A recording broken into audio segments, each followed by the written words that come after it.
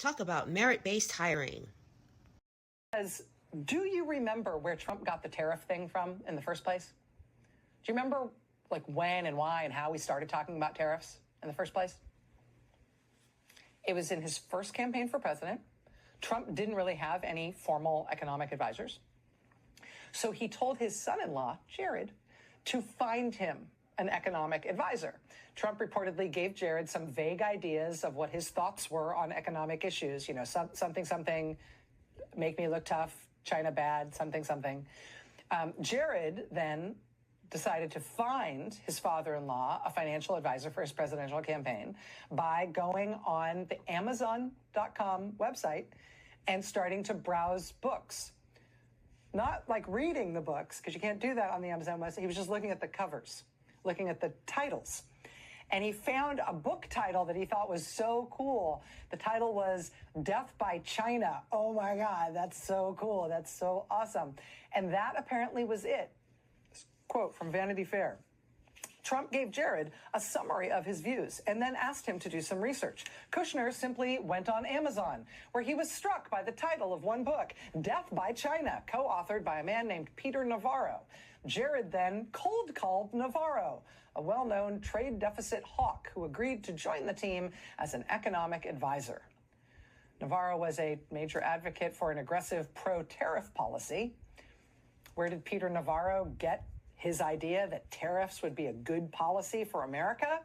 What was his backup for that conviction? Well, he did have backup from a real expert who he cited in at least a half dozen of his books, including the one that Jared found on Amazon, That Fateful Day. In all of his books, Peter Navarro has cited an economics expert to justify his views. And the economics expert he cites is somebody named Ron Vara, V-A-R-A, Ron Vara. When Trump won the presidency and entered the White House, this Ron Vara started circulating a memo around Washington in support of Trump using tariffs in trade policy. According to the New York Times, the memo had been, quote, sent from an email address purportedly belonging to Ron Vara. At one point, Ron Vara wrote in the memo that Trump could, quote, ride the tariffs to victory. Problem is, Ron Vara doesn't exist. He never has. The economics expert that Peter Navarro has long cited to explain why he's so gung-ho on tariffs, this person, Ron Vara, is a made-up person. He is a fictional person.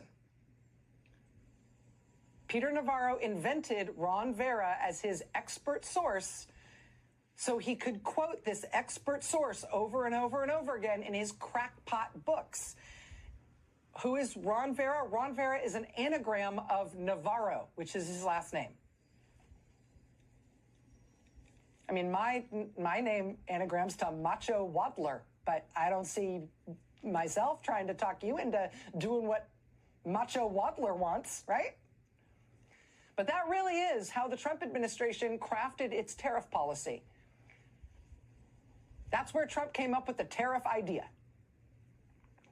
Circulating a fake memo from a fake person with a fake email address in order to make it look like this was a serious issue being debated by real experts. That is the intellectual basis on which Donald Trump today wiped $6 trillion of wealth out of existence and crashed America's markets and brought America and the world to the brink of a self-inflicted, on-purpose, global Great Depression along the lines of what we had in 2008 and what the pandemic inflicted upon us in 2020.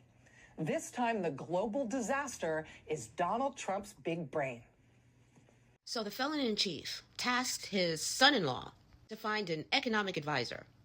And his son-in-law thought it was a good idea to vet economic advisors on Amazon, like he's shopping for his next ring light, and hired him based on the pretty pictures and the strongman title on the cover.